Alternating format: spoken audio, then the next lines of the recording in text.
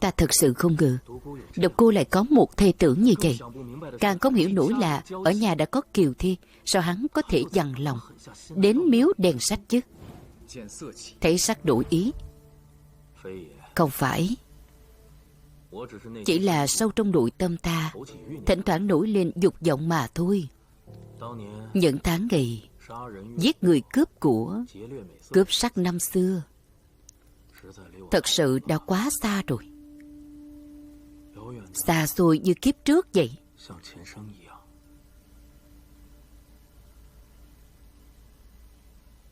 Sau đó lại có một người đến văn miếu sống. Con sai rồi, con sai rồi, đứng lại, xem ta có đánh chết ngươi không. Con sai rồi, con sai rồi. Ngươi đứng lại cho ta, phụ thân, tên nghịch tử nhà ngươi. Phụ thân, con sai rồi, ta đánh đứa con bất hiếu ngươi. Con đã đến văn miếu rồi, ngươi đừng đánh con nữa. Đến là được rồi sao? Ngươi phải chăm chỉ học tập, miệt mài đọc sách mới được. Hai người... Ngươi là người quét dọn văn miếu à? Phải. Con trai ta, Lưu Hữu Cừu, đến đây học tập. Ngắn thì 3 đến 5 năm, dài thì 10 năm. Không cần đâu. Ta học ở đây vài tháng, mùa xuân năm sau bảo đảm sẽ có tên trên bảng vàng. Đồ khốn kiếp, ngươi nói linh tinh gì đó. Phụ thân, xem ta đánh chết ngươi. Con sai rồi, con sai rồi. Ngươi đừng chạy, con nói sai rồi. Phụ thân, ngươi đừng chạy, đứng lại. Hai vị bên trong miếu phụ tử không được động tay động chân. Vị huynh đài này vài tháng sẽ không đổ đạt công danh đâu. Huynh đài cùng ở đây học tập sao? Phải đó, ta đã đến được 2 năm rồi. Xưng hô với huynh thế nào vậy?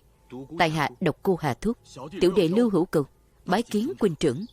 Lưu Hữu Cừu kia là một công tử đào hoa, thường lén trốn khỏi văn miếu ra ngoài trêu hoa ghẹo nguyệt. Độc Cô Hà Thúc lại hoàn toàn không biết gì. Cho đến một ngày, Cát Tường, Cát Tường, Cát Tường, cử nhân, ngài có gì dặn dò sao? Ngươi xem có thể đưa ta ra ngoài một chuyến không? Trời sắp tối rồi, dọc đường quan vắng, một mình ta sợ lắm. Nhưng ta có hẹn với người khác, nếu ta cùng đi chẳng phải sẽ phụ lòng người ta sao? Chuyện này coi như ta cầu xin ngươi đấy. Cử nhân, ta nhiều lời một chút. Ngài không chuyên tâm học tập thì sẽ không thi đỗ đâu. Chuyên tâm thì có ích gì? Bằng hữu cũ của cha ta mới có ích. Nói thật cho ngươi vậy, Hứa Thế Bá đã trả lời thư, năm sau bảo đảm ta sẽ đỗ tiến sĩ. Từ đó về sau ta cũng không còn tâm tư để đọc sách nữa. Bởi vì dù ta bỏ nhiều công sức thế nào cũng không vượt qua tên cặn bã Lưu Hữu Cừu kia.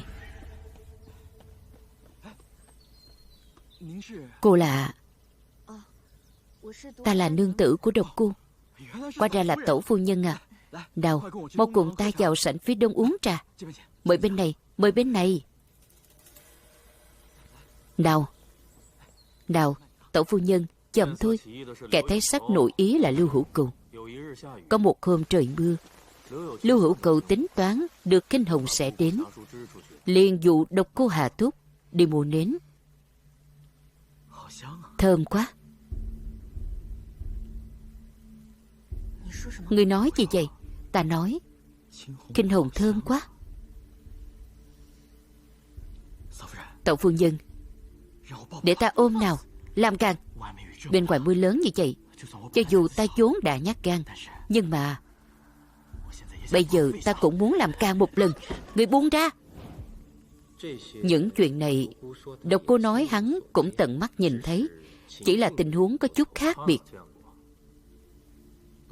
Hắn nào có thấy, đều là ta kể cho hắn nghe. Ngươi kể hắn liền tin à?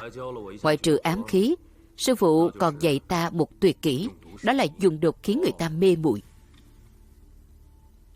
Thứ trên kim thép này là độc.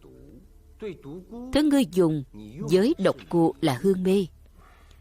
Chẳng trách tinh thần của Độc Cô hoảng loạn, giấc ngủ vô cùng kém dẫn đến rối loạn. Thậm chí hắn còn không phân biệt được cái nào là nghe được, cái nào là trong mơ, cái nào là chuyện đã thực sự xảy ra. Quả ra đều là bị hương mê của người hại. Hắn chỉ dạy ngươi học tập, cũng xem là có ơn với ngươi. Sao ngươi phải đối xử với hắn như vậy? Hết cách rồi.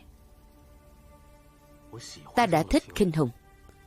Từ lần đầu tiên gặp nàng ấy, trái tim lạnh lẽo bao năm của ta lại rối bời lên. Ta chỉ muốn có Kinh Hồng, Nàng ấy hiền thục, lại xinh đẹp. Nếu sau này ta đổ đầu bảng, chỉ có nàng ấy mới xứng làm Trạng Nguyên phu nhân của ta. Cho nên ta phải có được nàng ấy. Chỉ có như vậy, nàng ấy mới chịu nghe lời ta, mới cùng ta đến Trường An dự thi, mới có thể cùng ta bắt đầu quãng đời đẹp đẽ còn lại. Cho nên ta đã dựng nên một vở kịch. Ngươi lợi dụng Lưu Hữu Cầu, buộc phải để Kinh Hồng hoàn toàn thất vọng về Độc Cô Hà Thúc, ta mới có cơ hội. Cho nên ngươi liền bịa ra câu chuyện hai vị cử nhân có quan hệ đồng tính, cố ý để Kinh Hồng biết. Đúng vậy. Lưu Hữu Cầu kia cũng thèm muốn Kinh Hồng, lại tin rằng cách này có thể khiến Kinh Hồng thất vọng về Độc Cô Hà Thúc, mà gửi gắm mình cho hắn.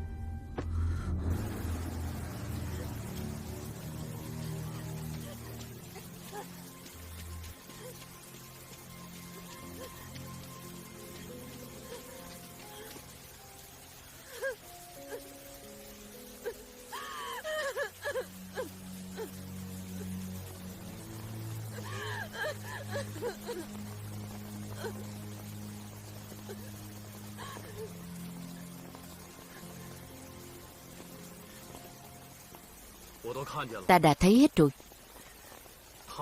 Bọn họ đúng là súc sinh.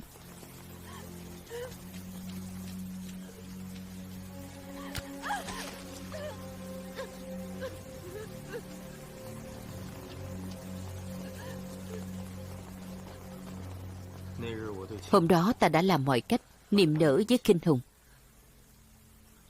Điều quan trọng nhất vẫn là những lúc nàng ấy tuyệt vọng nhất, tiếp cận nàng ấy. Đương nhiên cũng dùng một ít hương mê. Tóm lại, nàng ấy khiến ta kiên định niềm tin. Ta muốn cùng nàng ấy bắt đầu quãng đời rực rỡ còn lại. Nếu đã như vậy, tại sao ngươi lại giết Kinh Hồng?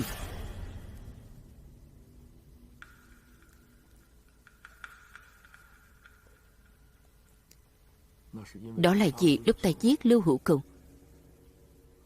đã bị Kinh Hồng nhìn thấy. Ta luôn giả vờ vô tình thì thầm bên tai Độc Cô Hà Thúc, khiến hắn tin Lưu Hữu Cầu và Kinh Hồng gian díu với nhau. Hôm ấy Độc Cô Hà Thúc về nhà, ta đoán chắc chắn hắn sẽ ném cho Kinh Hồng một lá thư bỏ giận. Ta nghĩ thời cơ đã đến, nên giết Lưu Hữu Cầu trước, rồi đến Lưu gia trộm thư, sau đó đưa Kinh Hồng đi cao chạy xa bay. Nhưng ta không ngờ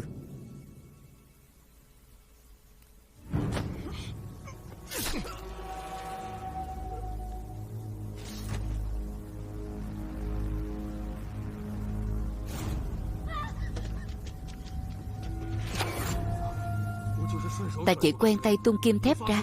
Ta thề là ta không cố ý. Ta không hề nhìn rõ người ấy là ai. Kinh Hồng, Kinh Hồng, Kinh Hồng, Kinh Hồng, sao lại là nàng? Kinh Hồng. Tuy Kinh Hồng đã chết, nhưng kế hoạch của người vẫn chưa kết thúc. Đương nhiên, với thiên phú của ta, lấy được lá thư của Lưu Phụ nữa thì sợ gì không thi đỗ tiến sĩ. Độc Cô Hà Thúc đã không tỉnh táo từ lâu, lại nghi ngờ Lưu Hữu Cầu và Kinh Hồng có gian tình, bị nhận định là hung thủ, hết sức hợp lý. Vốn dĩ ta không nghi ngờ Độc Cô Hà Thúc, Nhưng hàng xóm nhà hắn, cụ già kia lại lãng tai, khiến bọn ta phải đi không ít đường vòng. Vậy ông đã thấy hắn giết người sao?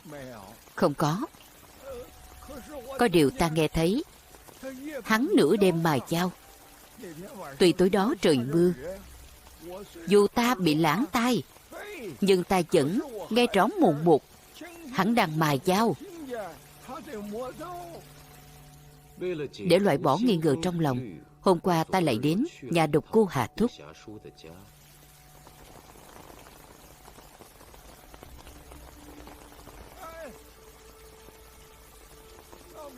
Thượng quan, ngài lại đến à?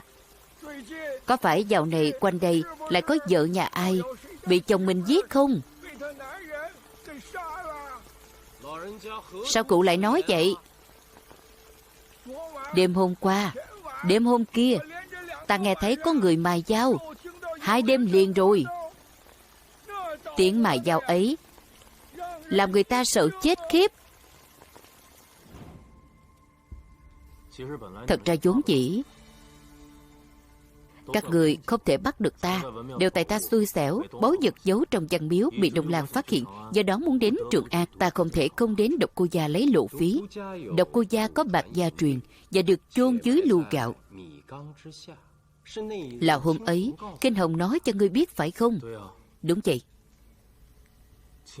Kinh Hồng yêu ta sâu đậm. Nếu không sao cô ấy lại nói ta biết chuyện bẫy thỏi bạc cơ chứ? Nhưng ta lại lỡ tay giết chết cô ấy. Đừng ảo tưởng nữa. Nếu ngươi không dùng hương mê, sao Kinh Hồng có thể gửi gắm thân mình cho ngươi? Ta nói cho ngươi biết vậy. Kinh Hồng đã hối hận từ lâu. Cô ấy đã đào 6 thỏi trong số 7 thỏi bạc lên, đổi sang chỗ khác. Dù tối hôm ấy ngươi không gặp ta, thì ngươi cũng không lấy được bạc gia truyền của Độc Cô Gia.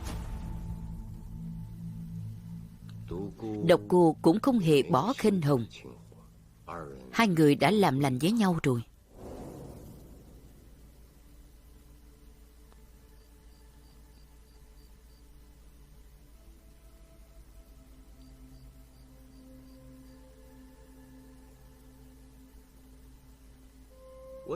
Ta nghĩ đêm khuya Kinh Hồng đến Văn Miếu là muốn nói rõ với ngươi rằng sau này sẽ không qua lại nữa. Cũng muốn chấm dứt mọi chuyện không nên xảy ra. Ai ngờ lại chứng kiến ngươi hành hung nên mới bị giết hại. Không thể nào. Độc Cô Hà Thúc chỉ là một tên ngốc. Kinh Hồng không thể nào. Hết lòng hết dạ với hắn. Chắc chắn cô ấy đến tìm ta để bỏ trốn. Trong lòng cô ấy chỉ có ta. Trong lòng ta chỉ có cô ấy. Ngươi đừng lừa ta. Không thể nào.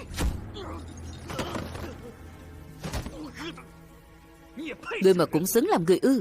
Luôn miệng nói trong lòng chỉ có Kinh Hồng, nhưng để Độc Cô Hà Thúc chịu tội thay mình, mà ngươi lại tự tay chém nhiều nhát dao lên cổ Kinh Hồng. Đúng là tội ác cung cực. May mà lưới trời lồng lộng.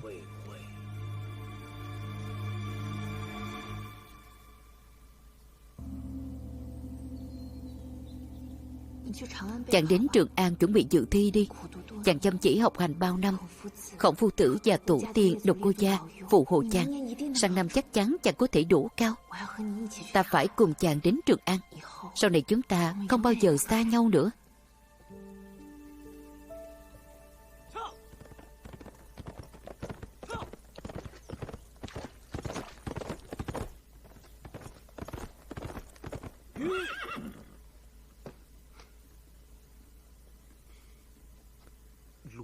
Lưu Tham Quân, đi vội thế, có lộ phí không? Có. Thỏi bạc tổ tiên để lại bị trộm mất 6 thỏi, nhưng may mà còn 1 thỏi.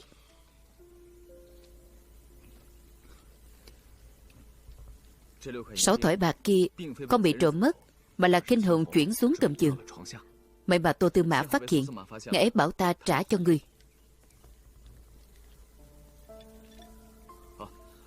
Lão Phi nói bệnh của ngươi đã khỏi rồi, sau này chớ nghĩ ngợi lung tung. Đa tạ Lưu Tham Quân. Nhờ ngài thay ta cảm ơn Phí Thực Y, Tô Tư Mã và Hỷ Quân tiểu thư đã vẽ tranh trả lại sự trong sạch giúp ta.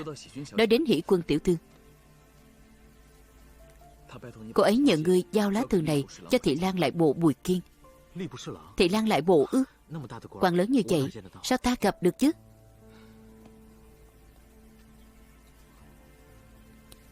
Ngươi cứ cầm lá thư này đến Hữu Kim Ngô Dị, tìm một người tên Quách Trang, hắn ắt sẽ thu xếp cho ngươi. Hệ Quân tiểu thư là thiên kim của Bùi Thị Lang. Lần này cô ấy lén chạy khỏi Trường An. Ngươi giao lá thư này đến, báo tin bình an, Bùi Thị Lang ắt sẽ cảm kích ngươi. Sau này ở Trường An, ngươi cũng xem như có người quen biết. Lưu Tham Quân, không phải trước đây ngài vẫn luôn xem thường ta à? Sao bây giờ lại muốn giúp ta? Chính vì ta từng trách lầm ngươi, nên nếu cơ hội này giúp ích được cho đường làm quan của ngươi, ta cũng sẽ yên tâm hơn. Ngươi biết cưỡi ngựa không? Đương nhiên, tổ tiên ta là người phương Bắc, làm gì có chuyện không biết cưỡi ngựa. Được, vậy ta tặng ngươi con ngựa này.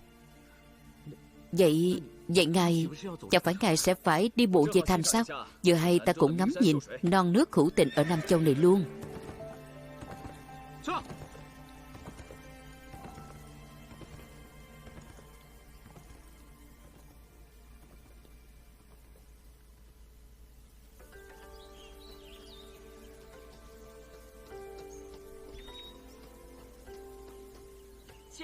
Tiên nhân trên cầu, Tiết Hoàng đến đây.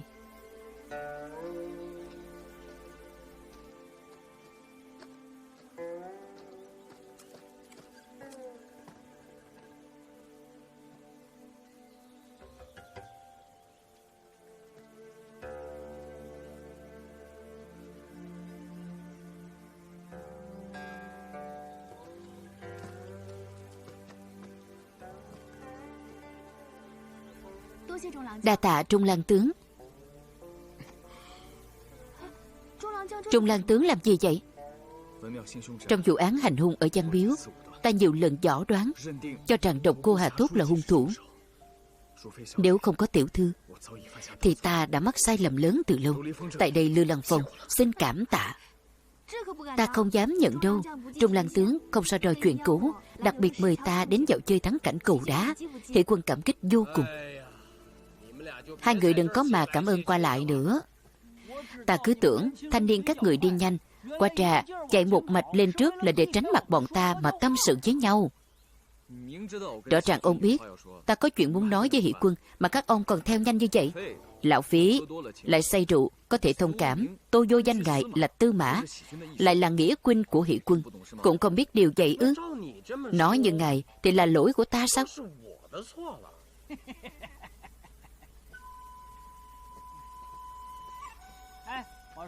Ta nói này, hai người cứ việc nắm tay tâm sự với nhau, cứ xem như ta chưa thấy gì. Hệ Quân,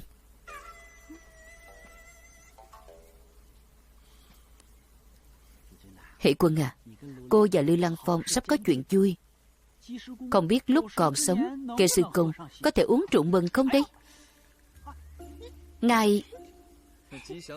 Các tường giỏi dùng ám khí kim thép, đương nhiên Lỗ Mẫu không thể xấu hổ, nhưng biết người biết ta mới có thể trăm trận trăm thắng. Dạo này ta cũng đang nghiên cứu ám khí. Thế nào hả lão phí? Vừa nãy ta chỉ dùng 3 phần sức lực thôi, may mà là 3 phần đấy. Nếu là 7 phần thì đầu ta sẽ mọc sân mất. Cô phải dạy bảo phu quân của cô đi. Hắn bắt nạt người già, ta còn có ơn với hắn đấy. Còn dám nói nhảm à? Muốn ta đổi thành đá hả? Ngài, cứu mạng, cứu mạng. Tôi vô danh, hắn đánh ta. Hắn dùng đá đánh ta. Cha nó, chúng ta đi thật sao? Không đi để chờ bị đau đầu à? Bị đau đầu là không chữa được đâu. Ta nói cho bà biết, bà quên cha chúng ta và thúc phụ của bà chết như thế nào ư? Đi mau, còn không đi sẽ không được đi nữa. Đi mau, ta đau đầu quá.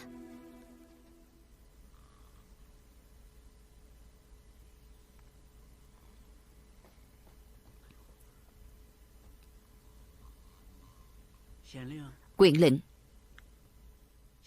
Quyền lệnh. Quyền lệnh. Có chuyện gì? Lưu quyền quý vừa nhậm chức đến rồi. Đến rồi à? Đến rồi.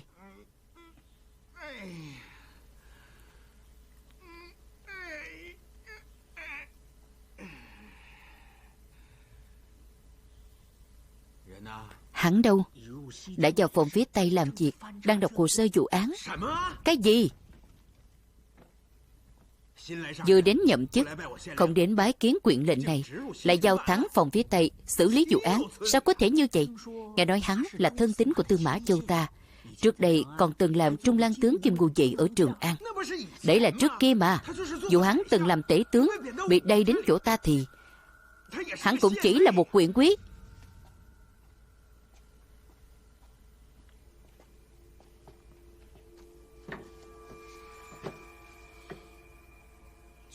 Quả nhiên các vụ án cũ chồng chất thành núi. Ngày nào quyền quý tiền nhiệm cũng ngủ mê man à?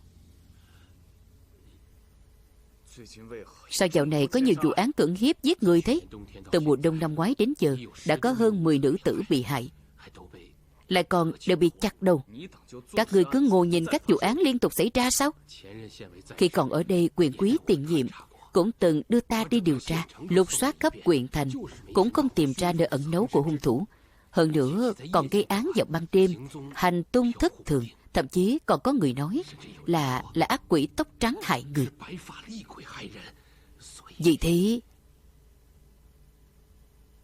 Vì thế cái gì? Quyền quý tiền nhiệm nói nếu là phạm nhân thì có thể bắt được, nếu là ma thì không cách nào bắt được. Làm gì có quỷ tóc trắng. Sau này đừng nói những lời trốn tránh trách nhiệm như thế nữa. Vâng, vâng. Ta nghe nói 40 năm trước còn có một vụ án, sao lại không thấy hồ sơ? Chuyện này, vụ án đó rất ghê rợn. Hơn nữa đã qua 40 năm, ngài đừng xem nữa. Sao được chứ? Vụ án chưa được điều tra rõ, người chết vẫn chưa được trữ quan. Mau mang hồ sơ đến cho ta xem. Vâng.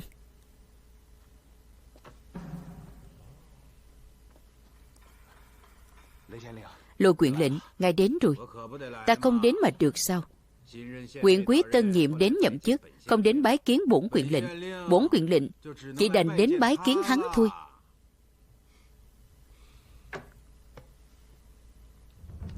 Quyện quý tân nhiệm Lưu Lăng Phong bái kiến quyện lệnh.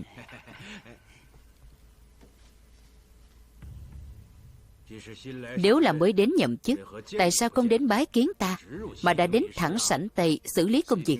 Ở sảnh Tây, vụ án chất như núi. Ta là quyền quý tân nhiệm, phụ trách chuyện truy bắt của hình ngục, đương nhiên phải đến sảnh Tây trước. Nói như vậy, ngươi không hiểu quy tắc làm quan rồi. Quy tắc: Trần Phồn nhà hậu Hán nhậm chức, trước tiên bái lệnh nhân sĩ, sau đó vào công thượng. Bây giờ Lưu Lăng Phong ta mới đến quyện quốc, xem hồ sơ trước rồi đến bái kiến quyện lệnh, có gì mà không được chứ? Ngươi... Lưu quyện lệnh vừa mới nhậm chức, đã tra án, xử án, đúng là đã tạo ra làn gió mới cho quyện quốc ta. Thật đáng kính phục, thật đáng kính phục. Quyện lệnh, quyện lệnh, quyện lệnh. Thật ngại quá, vì công đường của 4 huyện chật hẹp, có vài phòng còn bị chuột, gần đây đang sửa chữa. Vì vậy thật sự không có chỗ cho ngài ở. Lưu quyền quý, hãy tự tìm nơi ở nhé. Cáo từ.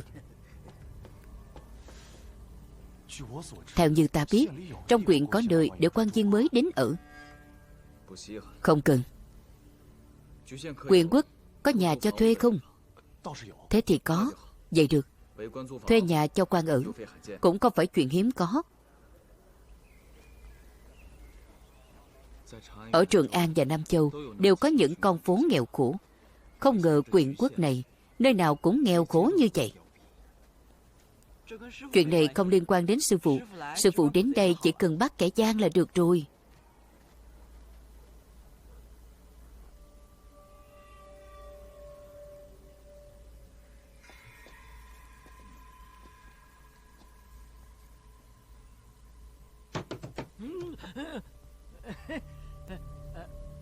Hai vị công tử muốn mua nhà hay thuê nhà? Thuê nhà. Chỗ ông cần cọc bao nhiêu tiền?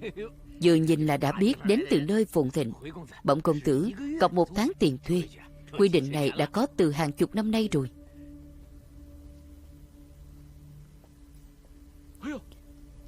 Cậu xem, vị trí ngôi nhà này của ta không chê vào đâu được. Ở cùng một con phố với công đường. Người qua lại không phải quan lớn thì cũng là quý nhân. Ở đây còn có quan lớn và quý nhân sao?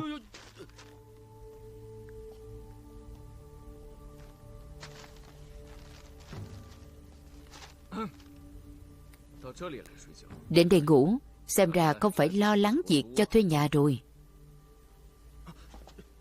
Chúng sinh đường qua cỏ tươi tốt, có giá thuê thấp nhất toàn thành, mỗi tháng chỉ có 300 đồng. 300 đồng. Giá này quá thật không đắt. Chị công tử này, đừng để giá cả mê hoặc. Ta thấy cậu thật lòng muốn thuê nhà. Tốt nhất là cậu xem thử ngôi nhà khác đi. Không thể ở chúng sinh đường này sao? Ta không dám giấu gì cậu. Trước đây có mấy người thuê nhà, thông qua ta đến thuê nhà ở chúng sinh đường, nhưng không ở được bao lâu thì họ đã chuyển đi. Họ nói là ngôi nhà này có ma. Có ma ư? Ông lại lén nói gì thế? Bọn ta không trả tiền hoa hồng cho ông sao? Số tiền ngươi trả cho ta còn không đủ để ta đền nữa. Nhà của các ngươi có ma, sau này đừng đến chỗ ta tìm khách thuê. Ông nói rõ ràng đi, chúng sinh đường của bọn ta sao lại có ma chứ? Nói rõ ràng, Trác đại phu nhà các ngươi biết rõ nhất. Bình thường ở sảnh trước khám bệnh, ta đi bộ thêm nửa canh giờ để về nhà, cũng không chịu ra nhà sâu ở. Ngươi nói xem tại sao hắn lại như vậy? Còn Mạnh Đông lão đó nữa, sao lại... Ta đây, ngươi muốn làm gì? Đừng cãi nhau nữa. Đây, ta đây to gan, muốn ở chúng sinh đường. Vị công tử này, đó là ngôi nhà ma đấy. Trên quyện đến bắt người, họ còn không dám vào. Ý của ông là chúng sinh đường có ma? Không có. Dù có thì ta cũng không sợ. Tiết Quang, đếm tiền. Cô cứ uống theo phương thuốc đó, thực sự có hiệu quả đấy. Mời đi bên này. Cô xem đây, đến rồi. Đây là sảnh trước của chúng sinh đường. Trác đại phu thường ngồi đây khám bệnh, rất ít khi vào nhà sau. Chúng ta đi cửa bên để vào sân trong sẽ không làm ảnh hưởng đến việc của y quán. Mời ngài đi bên này.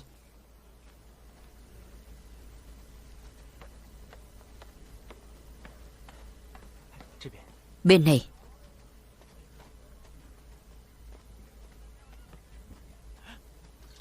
Không phải có người giàu ở chứ? Thật sự có người không sợ ma. To gan thật. Được đấy, sư phụ. Nghe thấy rồi. Chàng trai trẻ, cậu ăn gan hùm sao?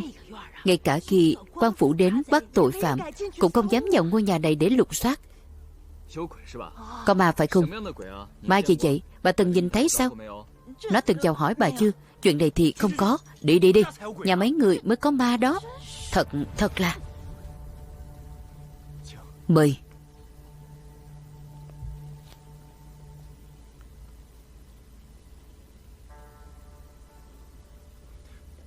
Ngài tuyệt đối đừng tin những lời đồn tào lão đó.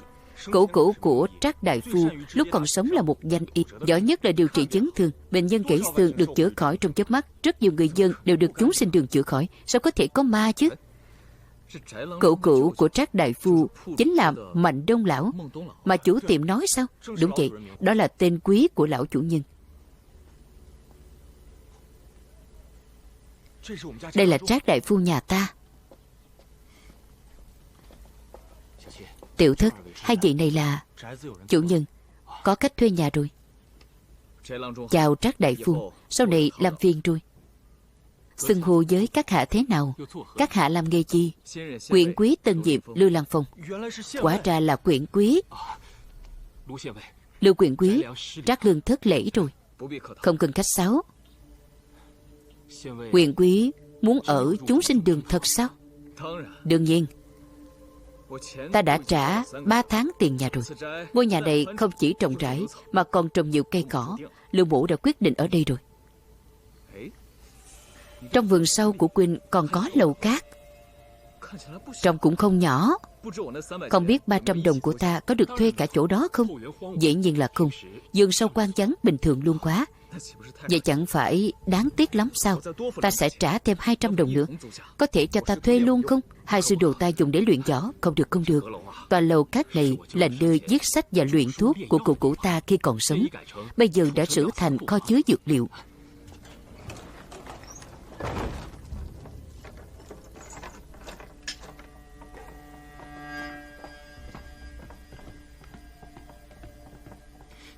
Ngươi... Tại sao ngươi lại cho quyền quý thuê nhà chứ? Ta chỉ nghĩ cuối cùng cũng có người thuê, nên không hỏi ngài ấy là ai. Ngươi đúng là tên ngốc. Chủ nhân, thật ra để quyền quý ở không phải rất tốt sao? Tránh cho sau này có người nói bị ma ám nữa.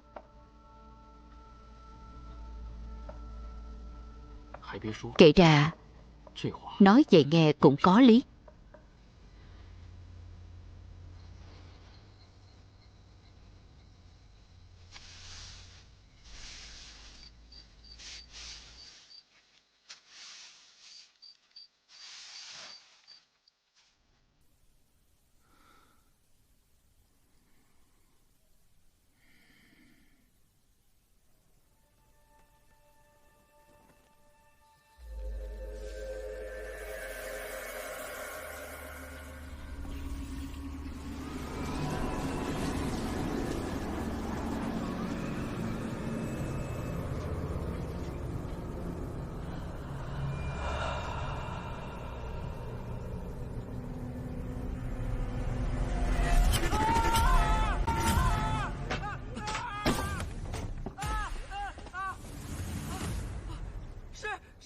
Sư phụ, có ma.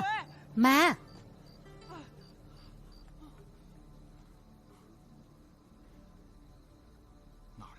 Làm gì có ma? Tiết Hoàng, ngươi có còn là đồ đệ của ta không?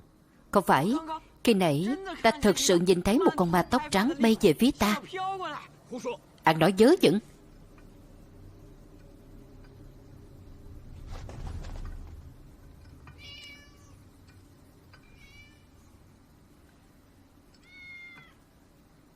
Đi đi. Tiết Hoàng, nếu ngươi sợ thật thì buổi tối hãy dọn qua phòng ta ở. Chỉ là buổi tối sư phụ phải xem xong hồ sơ, nhất là vụ án chặt xác vào 40 năm trước, cho nên là sợ làm phiền ngươi nghỉ ngơi. Ta không sợ, nhưng một mình người xem hồ sơ vụ án chặt xác thì đáng sợ biết mấy. Ta xem cùng người nhé. Được, ngươi xem cùng ta, giúp ta tăng thêm can đảm.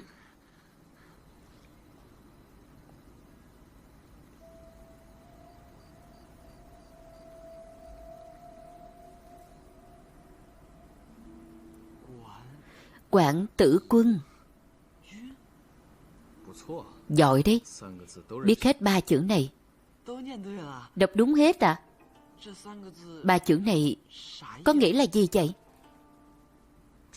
Đây chính là tên của cô gái bị chặt xác vào 40 năm trước. Là thế à? Vụ án này rất ghê rợn. Cách thức gây án của hung thủ vô cùng tàn ác. Đã qua 40 năm, hung thủ chắc đã chết từ lâu rồi. Đúng vậy. Mong là thiên hạ sẽ không còn bi kịch như vậy nữa.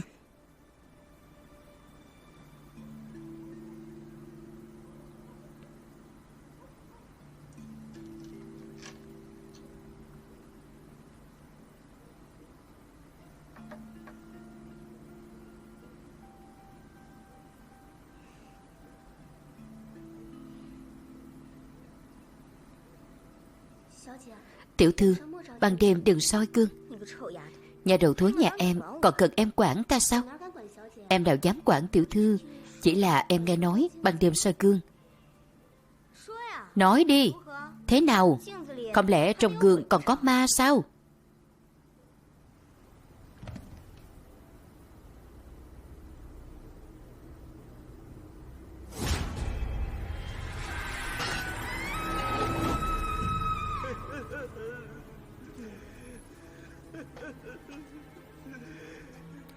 Là tên khốn kiếp nào đã giết chết con gái duy nhất của ta? Bảo cha sống thế nào đây? Ta cũng không sống nữa. Buông ra, buông ra, buông ta ra. Từ mùa đông năm ngoái đến nay đã có bao nhiêu vụ án thế này trong huyện rồi. Các ngươi đều là một lũ phế vật. Ông nói ai là phế vật? Ngươi là tiểu phế vật, còn ngươi là đại phế vật.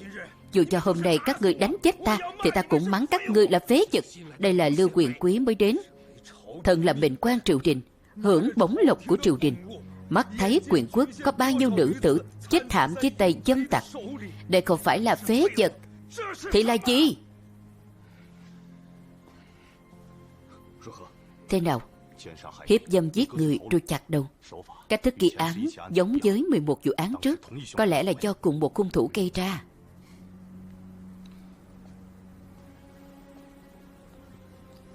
Xảy ra chuyện thế này, ta hiểu được tâm trạng của ông. Nhưng hôm qua ta mới đến nhậm chức. Ông không nên mắng ta là phế vật. Nếu người bắt được hung thủ thì ta sẽ không mắng ngươi là phế vật. Nếu không thì ta sẽ luôn mắng ngươi là phế vật. Thời hạn 7 ngày. Thế nào? Được. Nếu ta bắt được hung thủ, ta sẽ dập đầu tạ lỗi với ngươi. Không cần dập đầu, khắc 2 chữ phế vật lên một cục đá. Sau đó ông nuốt xuống. Được. Nếu người không bắt được thì sao? Ta sẽ nuốt cục đá có khắc 2 chữ phế vật. Quyết định vậy đi. Hắn là ma tóc trắng, mặc y phục màu đỏ. Hắn phất tay một cái, ta liền ngất đi. Tiểu thư đã bị hắn hại chết. Trước đây cũng có người nói nhìn thấy con ma tóc trắng này. Quyền quý tiền nhiệm nói đúng. Chúng ta thực sự không thể bắt được con ma này. Khi nãy ngài nói thời hạn 7 ngày, quá dội dàng rồi. Cái gì? 7 ngày? Đúng vậy. Bắt không được thì ăn đá. Ăn đá? Thật sự nhàm chán. Sao không trực tiếp từ quan về Nam Châu đi? Nếu ăn đá trước mặt mọi người, hắn không từ quan, thì còn mặt mũi ở lại Quyện Quốc sao? Đúng thật.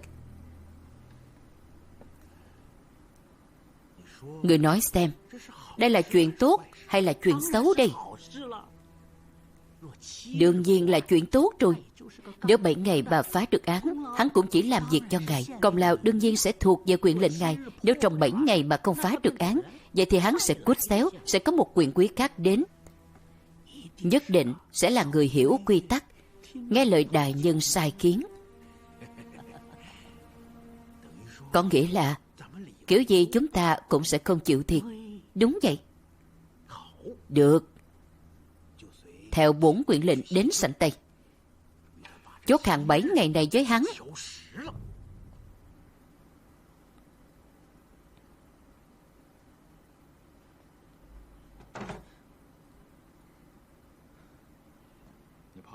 Ngươi sợ rồi sao? Sợ thì về Nam Châu đi. Không phải sư phụ. Nhà quản đó nói, ma tóc trắng, mặc y phục đỏ chính là thứ đêm qua ta thấy ở sân trong của chúng sinh đường. Hôm qua người đi đường sốc nảy tinh thần hoảng loạn, xuất hiện ảo giác. Không phải ảo giác, ta nhìn thấy thật mà. Cấm miệng. Nếu còn nói gặp ma một lần nữa thì là muốn ăn đòn. Ta nghe nói Lưu quyền quý đã hứa với dân chúng sẽ kết án sau 7 ngày. Chuyện này đừng xem là thật, cùng lắm là thất tín với dân thôi. Đương nhiên là không được. Không được sao? Tuyệt đối không được. Vậy thì khó giải quyết rồi. Nếu trong 7 ngày người không bắt được hung thủ, thì ta chỉ có thể bẩm báo sự thật thôi. Không cần. Lưu mổ sẽ từ quan, không làm phiền quyền lệnh. Được. Vậy 4 quyền lệnh sẽ chuẩn bị một bữa tiệc thịnh soạn. Nếu người phá được án thì sẽ mừng cung. Nếu không phá được án thì cứ xem như là tiễn đưa quyền quý. Lưu huynh, 7 ngày. Hẹn gặp lại sau 7 ngày. Sư phụ, nếu thật sự là ma giết người thì biết đi đâu bắt đây? Cần gì 7 ngày? Ta đã bắt được rồi. Cái gì? Bắt được rồi? Không thể nào. Mới từ sảnh Tây Trì, Lư Lăng Phong là thần thánh à? Thật đấy. Bên ngoài công đường đã dán cáo thị, chỉ là chưa thấy được hung thủ. Chuyện này... Không phải chứ. Tên hung thủ giết 12 mạng người đã bị bắt rồi. Sao lại không phải chứ? Giấy trắng mực đen, viết rất rõ ràng. Quyền quý mới này giỏi đấy. 12 mạng người thật sự có thể bắt được ma sao? Đầu giờ thân hôm nay hung thủ sẽ bị bắt đi diễu phố thị chúng. Còn 1 canh giờ nữa, ta muốn xem thử tên hung thủ đó mặt mũi ra sao. Đúng vậy. Xem hắn trông như thế nào. Hung thủ bị bắt diễu phố thị chúng. Cuối cùng cũng bắt được rồi. Hung thủ bị bắt diễu phố thị chúng. Nhất định phải lột da nuốt sống hắn. Đúng là không ra gì. Hung thủ bị bắt diễu phố thị chúng. Đánh. Kẻ giết người hại mạng ắt có phép nước trừng trị, không được dùng hình riêng. Đứng dậy, đừng cản ta. Ta phải nuốt sống hắn. Bình tĩnh. Đánh chết tên súc sinh này. Đánh chết hắn. Đánh chết hắn. Súc sinh, đánh. Đánh chết hắn. Đánh chết hắn. Đánh hắn. Súc sinh, sao hắn ra ngoài rồi? Đau.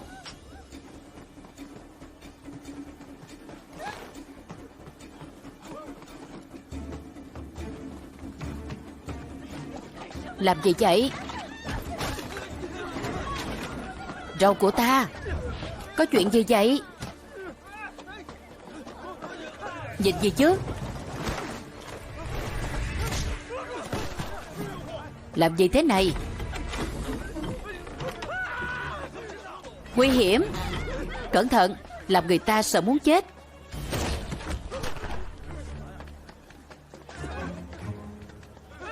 Làm gì vậy?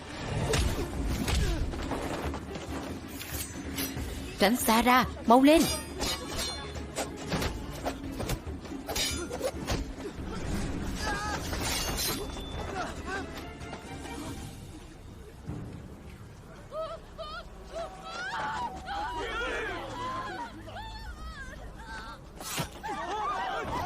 Tiết Hoàng, cứu người.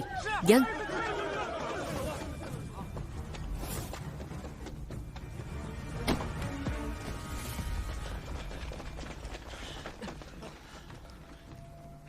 Đến đây là mất dấu.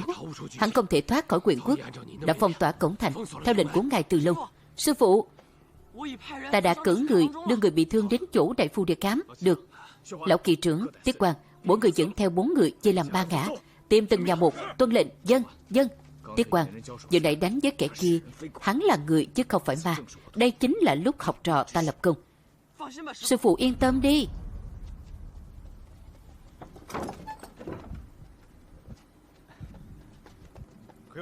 Có giặc vào nhà các người không? Không có ai cả. Khóa kỹ cửa nhà.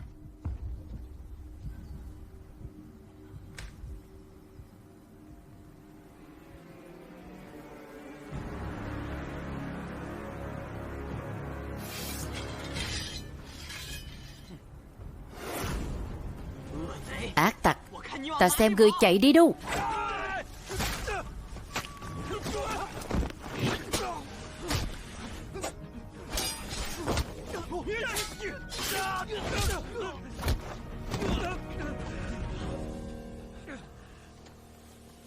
Sư phụ, đồ gì vô dụng đã để kẻ xấu chạy mất. Ta nghe nói rồi. Nếu đao có lưỡi thì hắn đã không chạy được. Đứng dậy đi. Sư phụ, xin hãy cho ta được mài đao.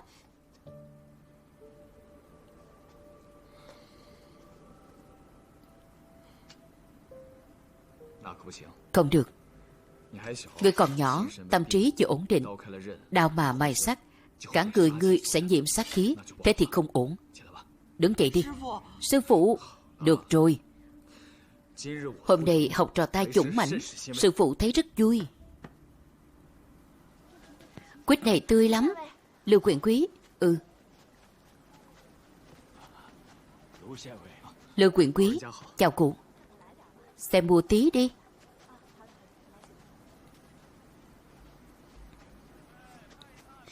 Sư phụ, tuy hôm nay chưa bắt được hung thủ, nhưng dường như dân chúng Quyền quốc đã nhìn người bằng con mắt khác.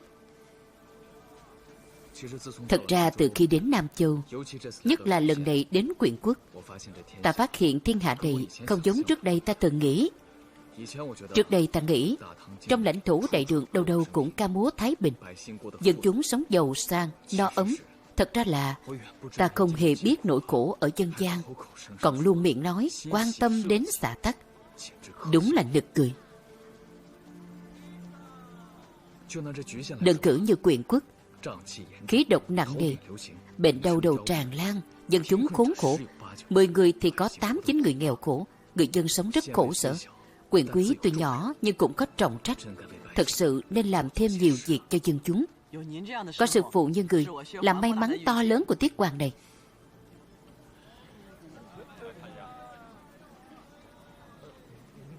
Ngài xem. Đi đi. Được. Đằng sau là gì vậy?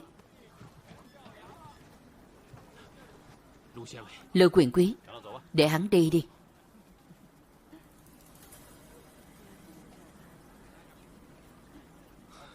Được, người tiếp theo. Sư phụ, có phải người đang nghĩ nếu tiểu thư nhà ta ở đây nhất định có thể vẽ giống hơn không? Đúng vậy.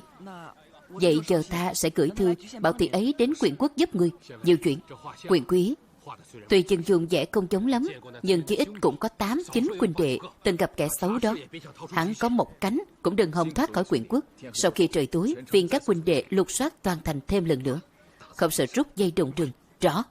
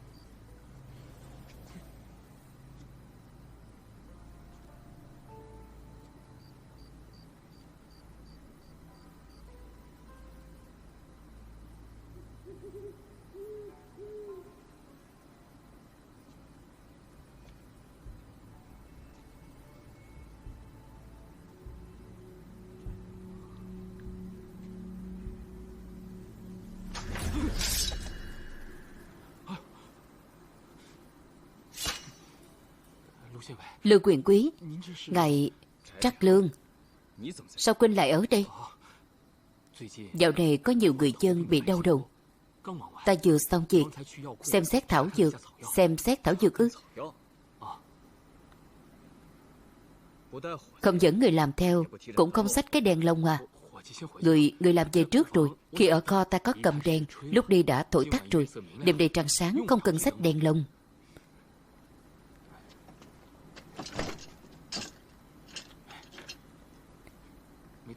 Không quấy rầy ngài chứ? Vườn sau nhà Quỳnh không nhỏ, căn gác cũng không nhỏ. Ngoài trừ làm kho thuốc thì không có ai ở sao? Không, chưa từng có người ở. Căn nhà này là cũ Quỳnh để lại cho Quỳnh. Quỳnh lại mở quán khám bệnh ở đây, sao không ở lại đây luôn? Chủ yếu là ta sợ ở đây sẽ thường xuyên nhớ đến cũ ta, nên thà cho thuê khỏi phiền não vì nhung nhớ. Lưu quyền quý, nếu không có việc gì thì ta xin cáo từ trước. Cứ tự nhiên. Căn nhà này để không đã lâu, có rất nhiều mèo quan nương thân ở đây. Lâu dần sinh ra nhiều giả tính, mong là không làm quyền quý sợ.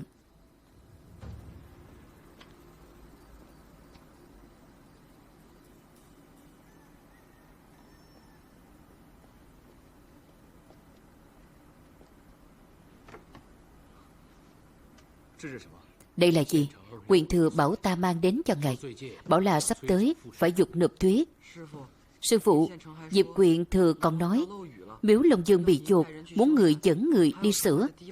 Để ở ngoài thành cũng cần gia cố, kênh dẫn nước tưới ruộng cần phải đào. Vẫn chưa tra xong vụ án cưỡng hiếp giết người, hung thủ còn ung dung ngoài dòng pháp luật. Ta làm gì có thời gian làm những việc này cơ chứ? Ta cũng trả lời như vậy, nhưng Diệp Quyền thừa nói đây đều là việc của người. Quyền thừa còn nói trả án quan trọng, nhưng dục nộp thuế má càng không thể chậm trễ. Nếu không thể hoàn thành là tài cán không xứng với chức vị. Biết mà không làm ấy là tắc trách. Bảo hắn đến đây gặp ta. Lưu quyền quý nóng nảy gớm nhỉ? Không cần gọi Diệp Quyện Thừa đâu. Lưu Quyện Quý bận tra án ta biết rất rõ, nhưng những việc này cũng là chức trách của Quyện Quý. Ngài đùn đẩy không làm, lẽ nào để 4 quyện lệnh làm ư? Không hay đâu.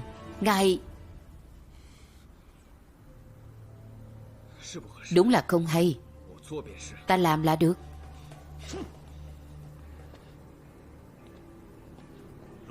Lưu Quyện Quý, ta đã bảo là ngài đắc tội quyện lệnh rồi mà. Hay là đuổi theo nhận lỗi đi. Ta có lỗi gì chứ? Vậy ngài đi làm những việc ấy thật, không bắt hung thủ nữa sao? Đến khi ấy chẳng phải sẽ phải ăn đá à? Có lão kỳ trưởng ở đây, còn có học trò cân tiết hoàng của ta, sao có thể không bắt được hung thủ chứ? Thế này nhé. Nào, người...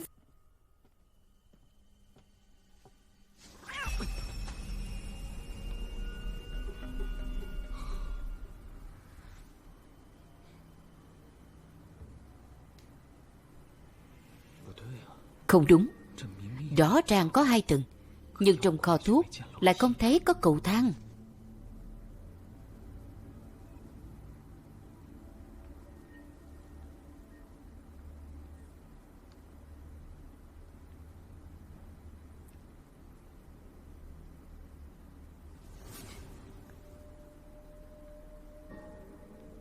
Nguyên lý bố trí đường hầm cơ quan cửa bí mật.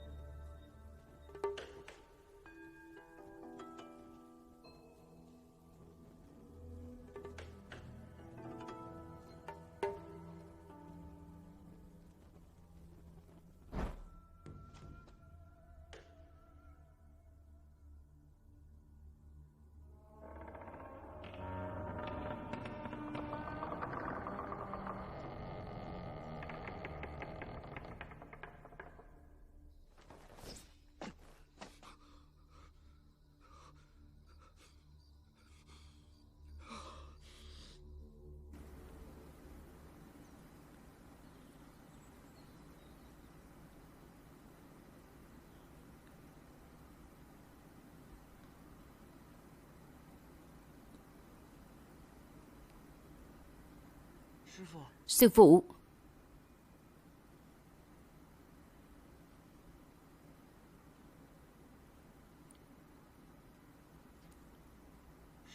Sư phụ.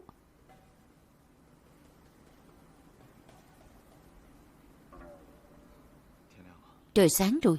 Sư phụ, người sao vậy? Đêm qua thấy ma, hết sức hoảng sợ.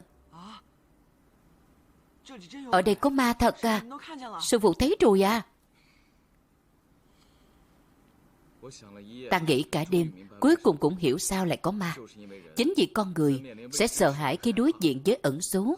Sợ hãi sẽ đánh mất phán đoán lý trí. Sư phụ hổ thẹn. Tuy học võ từ nhỏ, cũng từng làm trung lang tướng Kim Ngô Vệ, nhưng vào tình huống đặc biệt lại không khỏi sợ hãi. Đêm qua chính là như vậy. Rốt cuộc đã xảy ra chuyện gì vậy? Đã hết 7 ngày, theo sư phụ đi bắt ma nào.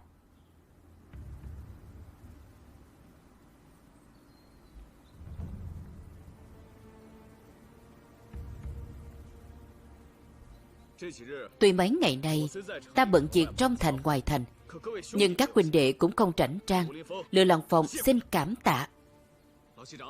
Lão kỳ trưởng, các cổng thành vẫn nghiêm chứ? Nghiêm. Chỉ cần là nam nhân thành niên đều không cho ra khỏi thành. Mấy huynh đệ từng giao đấu với tên hung thủ đều thay phiên túc trực, lại có tranh chân dung, nên hắn vốn không dám đến gần cổng thành. Việc tuần phòng trong thành có tạm dừng lần nào không? Không. Ta và lão kỳ trưởng mỗi người dẫn theo một đội đi lùng soát mấy lượt huyện thành, chưa từng dừng lại. Nói như vậy, hung thủ đã nằm gọn trong lưới của ta rồi. Hắn ở đâu? Vườn sau của chúng sinh đường. Cái này, Lưu quyền quý, không phải ngày định dẫn bọn ta tới chúng sinh đường bắt. Quyền quý, người thì bọn ta dám bắt, nhưng mà thì bọn ta không dám đâu. Ta sống ở chúng sinh đường, nếu nơi đó có ác quỷ thật, thì ta và đồ đệ của ta còn bạn đứng đây sao? Giờ ngọ sắp tới, đó là lúc dương khí mạnh nhất trong ngày. Dưới ánh mặt trời chói chang, ma quỷ bình thường cũng sẽ bị chiếu thành chút như này.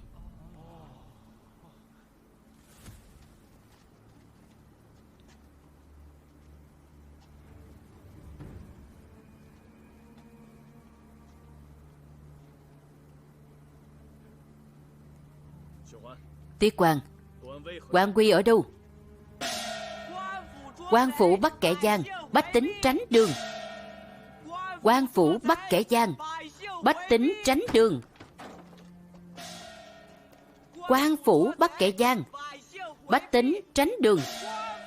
Quan phủ bắt kẻ gian, bách tính tránh đường. Quan phủ bắt kẻ gian, bách tính tránh đường. Quan phủ bắt kẻ gian, bách tính tránh đường.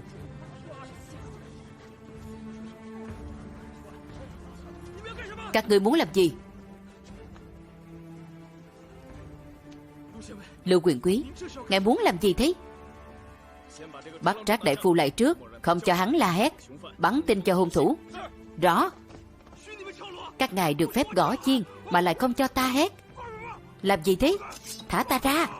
Thả ta ra. Không được vào đó. Không được vào. Không được vào đó đâu.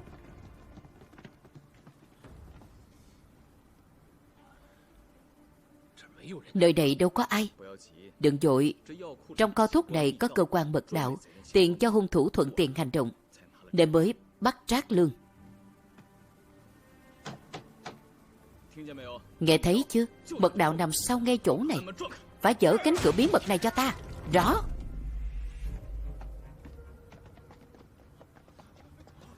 Cái này, quyền quý, mộ của Mạnh Đông lão sao lại ở đây?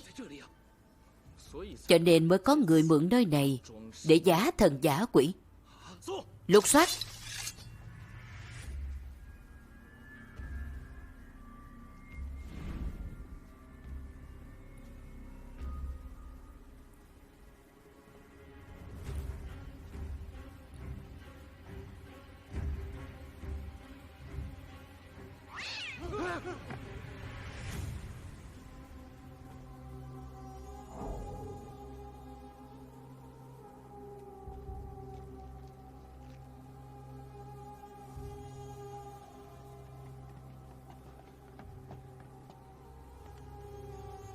Không có người.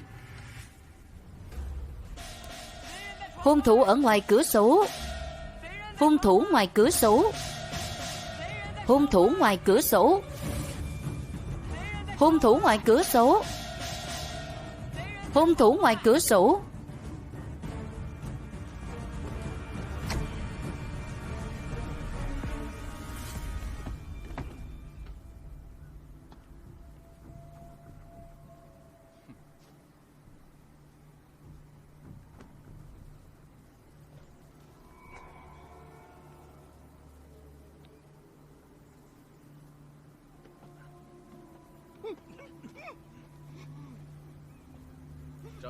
Để Trác đại phu nói.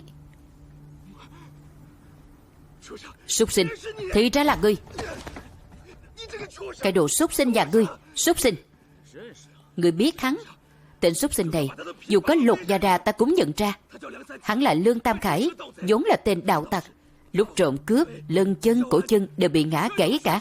Là cửu cửu ta giúp hắn chữa khỏi, lại là giả làm hồn ma làm điều ác ở đây, khiến người ta tưởng chúng sinh đường có ma quỷ lộng hành. Cái đồ làm ơn mắc quán nhà ngươi. Ta xem ra ngươi không phải đồng bọn của hắn. Đồng bọn ở đâu ra? Lưu Quyền Quý, ta... Trước kia ngươi không dẫn ta tới giường sâu ở đây, nên ta nghi ngờ ngươi.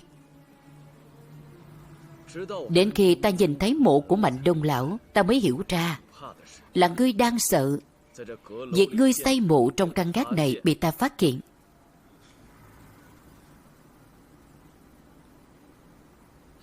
Lương Tam Khải, mộ của Mạnh Đông lão ở đây, ngươi không sợ hồn ma của ông ấy chui từ trong mộ ra tính sổ với ngươi sao?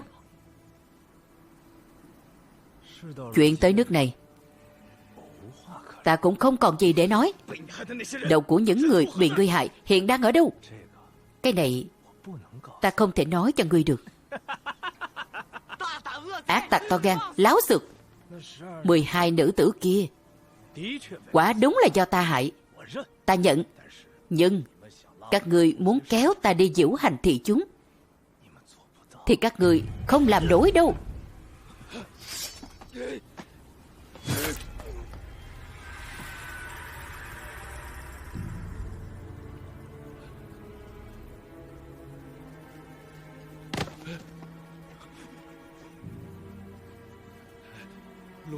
Lưu Quyền Quý, ta tự hắn muốn tìm cái chết, không trách ông được. Mau xem, bắt được rồi, bắt được rồi. Mau lên, mau nhìn kìa, bị sao thế? Bắt được rồi, ở trong đó. Chính là hắn, bắt được rồi. Ông nhìn kìa, sao thế? Hình như bắt được hung thủ rồi. Trước kia luôn ở trong căn gác này giả ma. Ở trong đó. Đi, đi, nhanh, nhanh. Mau, đi xem thử. Ở đâu? Tránh ra. Chính là hắn, chính hắn đã làm ta ngất xỉu, rồi hãm hại tiểu thư. Súc sinh, trả lại con gái cho ta. Giẫm chết hắn. Lưu Quyền Quý, những người này đều là người thân cận nhất của người chết, sợ không ngăn nổi. Kẻ hại người, súc sinh. Sư phụ, tên ác tặc này đã sát hại biết bao nữ tử. Nếu ta là người nhà của người chết, ta cũng sẽ như vậy. Thật quá đáng chết mà. Này thì dọa ta này, đáng chết. Này thì giả ma này, đáng chết. Lưu Quyền Quý, ngài nhìn cho kỹ.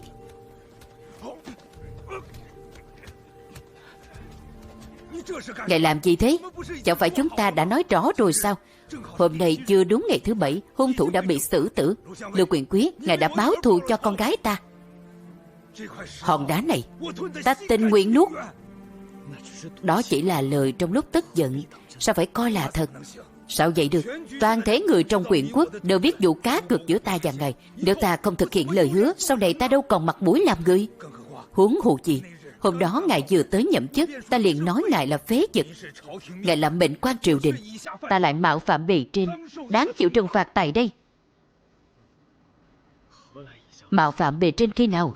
Nếu không có huynh đài khích ta, thì e là ta sẽ không bắt được hung thủ sớm như thế.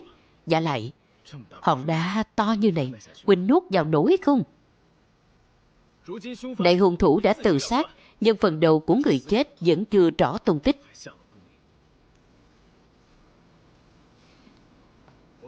Lưu Lăng Phong ta có lỗi với mọi người. Việc này không thể, cái này. Hòn đá này ta giữ lại, đem theo bên mình, coi như khích lệ bản thân, cả đời không được làm phế vật. Tuy hung thủ đã chết, nhưng chúng ta không được lơi lỏng. Nhanh chóng trả lại nguyên vẹn thi thể người chết. Rõ. Ta xin cảm tạ Lưu Quyền Quý. Tay cháu gái đã chết, ta thay mặt thê tử cảm tạ Lưu Quyền Quý. Tạ ơn Lưu Quyền Quý.